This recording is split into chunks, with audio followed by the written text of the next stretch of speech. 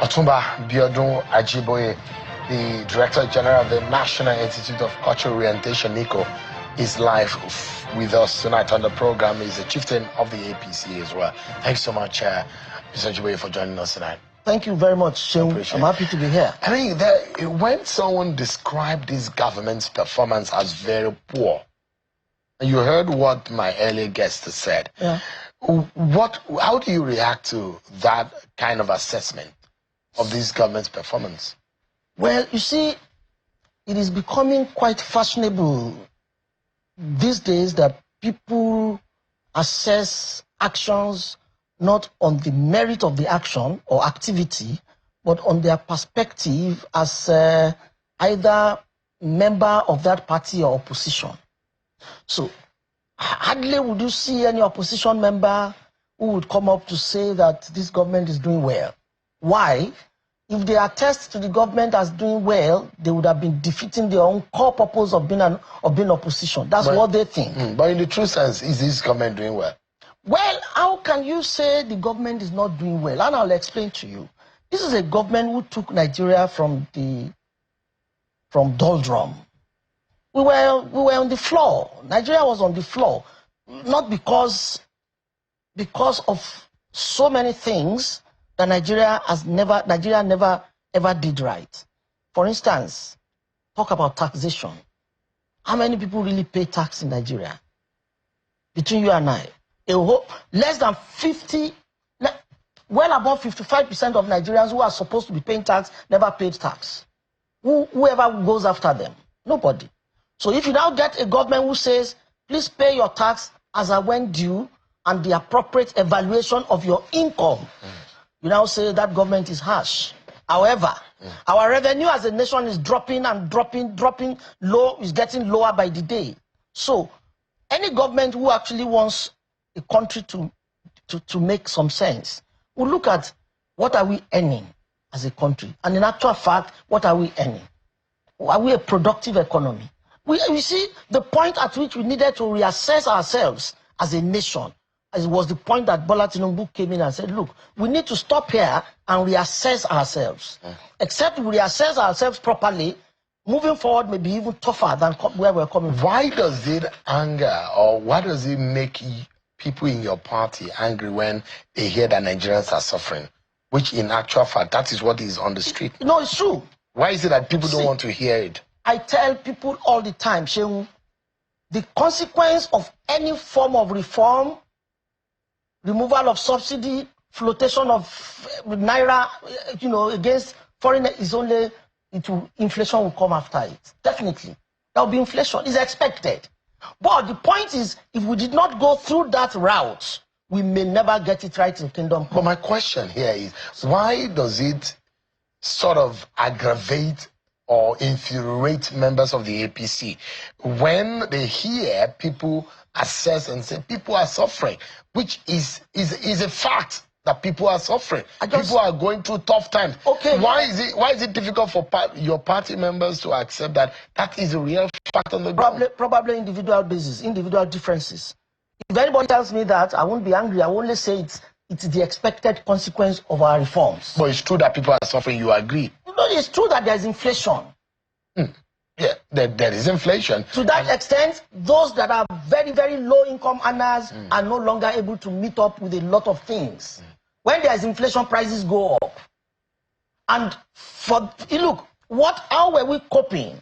We're subsidizing the naira to the tune of $1.5 billion monthly. We're subsidizing electricity. We're subsidizing fuel.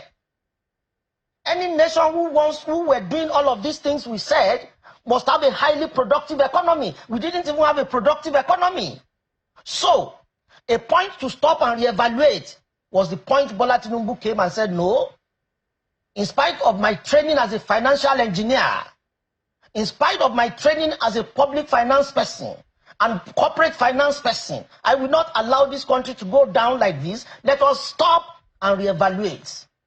Is that too much to ask for a country that wants to make And progress. we know naturally, any reasonable person will know that strong reforms comes with tough decisions. Oh yeah. And there will be repercussions. Oh yeah, and there will be implications on consequences. But the only question we should ask ourselves now is that, do we want to go through the tough time now and enjoy later, or we want to continue and crash completely?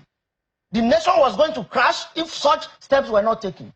That's a fact. You and I know. Any intelligent, any educated person within this country knows. All those things that those opposition people are saying, they are saying all of those things to save their faces. Bring a million Obi, he can't do better. I know. I can even take a bet on it. That if Peter Obi was in government... How? What will he do? What miracle will he perform? What miracle was he able to perform in Anambra? He was even much younger. Now, what is Obi's particular qualification, particular quality that makes him feel he can be the best Nigerian president? Let him come and tell me. Does the arrangement on the ground show that this is a better option that Nigerians deserve? Which I don't get you. The arrangement that we see presently in present government, the ongoing scenario that we're facing right now. Coalition? Does it? No. I mean the government of the day. Okay, yeah. And the activities and the performance of this government. Does it present itself as the best option that Nigerians could ever deserve or get? We had an election in 2023. Somebody won that election. Right? The fellow that won the election deserves to rule, deserves to have his own term, in government, in governance, on one hand. Coincidentally, or consequently, the fellow that won the election happened to be the best out of all of them. By what parameter? Every parameter possible. I will give you just four categories, for just four credentials. One, this was a man who was a finance expert. He was a finance guru with Mobil, multinational. So was Peter Obi. How? Where? He was only chairman of a bank, chairman of Fidelity Bank. Do you need a study of accounting and finance to be chairman of a bank? No. So it was. Secondly, this same man was a successful governor in Lagos State. So was Peter Obi. No, bring the records. How can you say Peter Obi was successful in Anambra? He wasn't. So was. He was. I'm not talking of Kwankwaso. I'm talking of Peter Obi. Kwankwaso is not a bad man. Kwankwaso is not a bad administrator. I have nothing against him. It's just that Atiku's performance as vice president is nothing to write home about. Really? His assessor, his boss assessed him as a failure, complete failure. That's Atiku. He wrote a book about him and says Atiku has a great penchant for irregularities and all of that. He said quite a lot. Go and read the book. So who among them is better than Bola Tinubu? Even as we speak, the El-Rufai is going all over the place because of his personal pain and is disgruntled for so many reasons. If he becomes president, can he do better? Did he do better in Kaduna? Why did they boo him in Kaduna during the election a few days ago? These people don't want to face the reality. Or my brother Aregbesola, these people don't want to face the reality that they are confronted with. Look, if Bola Tinubu had wanted to coast on naturally, he didn't have to do the tough things. He would just have continued the way everybody would like to continue. But there are those who hold the view that this president does not listen. And like Mr. Babachi Lawal, who was here on the program, a former SGF, he used some words on the president that I cannot repeat, but he's of the opinion that this government is doing badly, that this government is leading Nigeria into a disaster, and that if Nigerians are not careful and do not stand up, that this nation is in trouble. Who is Babachi Lawal? A former secretary to the government of the Federation. Who was he before he became secretary to the government? He was a vice chairman of APC. What is that? Region. How many elections has he won before? He can't even win his local government in Adamawa. He helped president. He didn't help nobody. No. Babachi Lawal doesn't have the capacity to win the primaries. Babachi Lawal does not have the capacity to help anybody to win an election. I know him. We worked together with him, with Asiwaju, before the primaries. When we were planning, he was always around. He fell out because he felt that Asiwaju should have nominated him as vice chairman. Vice president of the vice presidential candidate. As against Kashim Shettima. Yes. When Immediately, Asiwaju named Kashim Shettima, Babachi Lawal went berserk. He could not even control his anger. And myself, two of my colleagues went to his house. We knelt down for him to say, Baba, don't do, because we were working together very closely. His office is in Nikon Luxury. And we told him, don't allow this to get you distraught. I mean, the man has chosen who he feels he wants to choose. Let's carry on in the spirit of good sportsmanship. He was bitter.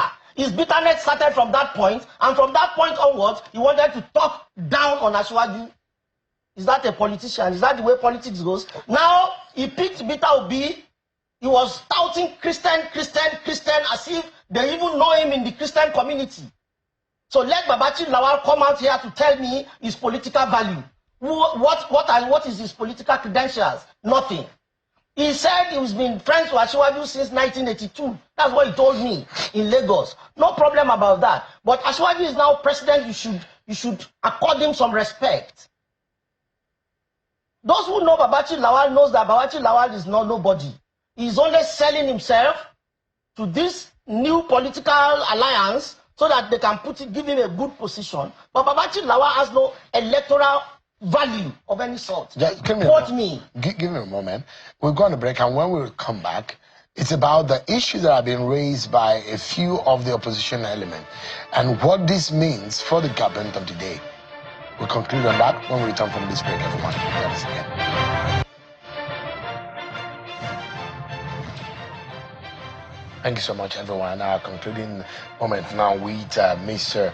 Biodun Ajiboye, who is the Director General of NICO and the Chieftain of the APC. You are going directly throwing that at the messenger. And those who say, what about the message? Look at the issue that has been raised by some of the opposition element. And it does look like the kind of response you get from APC members when some opposition figures talk about the performance of this government, the attitude of leaders in the APC government. It gets some of you infuriated. Why don't you focus about what Nigerians are facing? And also, are you under pressure on what the opposition is planning? Because their plan is that come 2027, they're going to send Asiwaju Bola Tinubu back to Lagos, and they're going to send APC out of prominence. Okay, that's fine. It is for them to plan. It is for us to do the right things. Are you doing the right thing? No, that's what I'm saying. By the Nigerian people. Listen, the argument is very simple. I am not oblivious of the fact that things are tough in Nigeria. I equally know that if we had to go the route we're going as a party, as a government, things must be tough in the beginning. But I know very well that at the end of the day, there will be some good news at the end of the tunnel. Light at the end of that's a fact. Because deliberately, we decided to cut some of those palliatives that we put forward to cost life on artificially. There's no way you can continue the way Nigeria was going. You are not producing even your quota for your barrel per day, OPEC quota of 2 million barrels per day were no longer met. We're doing under 1 million, about 700,000 when this government came into power. So a nation that does not generate a lot of activity, productive activity. And this government took over from what party? No. I mean, it's the same party. It's the same party. Yeah, but so you are blaming? No, I'm not blaming. We are not in. We cannot. It's the same party. Right, yes, you cannot in the right conscience blame. So this government meant a wreckage. That's what you're saying. Oh yeah, the point is clear. Let me explain to you. Left by your party. Two issues were accountable for the problem the government had. COVID was one. Right. In fact, basically COVID. Now, COVID made a lot of plans unattainable. So if the last government had challenges, it was because of certain global situation that happened. We need to close because we're totally out of time. I'm not going to sit here and say that last government did not. It was our government. But what I'm saying is that this government came and put a proper plan on the table. And say, if you go with this plan, this is the consequence. It may be tough in the beginning, but we assure you it will be better as time goes by. And that's exactly the point. Otumba Biodun Ajiboye is the Director General of NICO and the chieftain of the APC. Thanks so much indeed for Thank you. coming tonight. Thank you very Appreciate it. much. Thank you.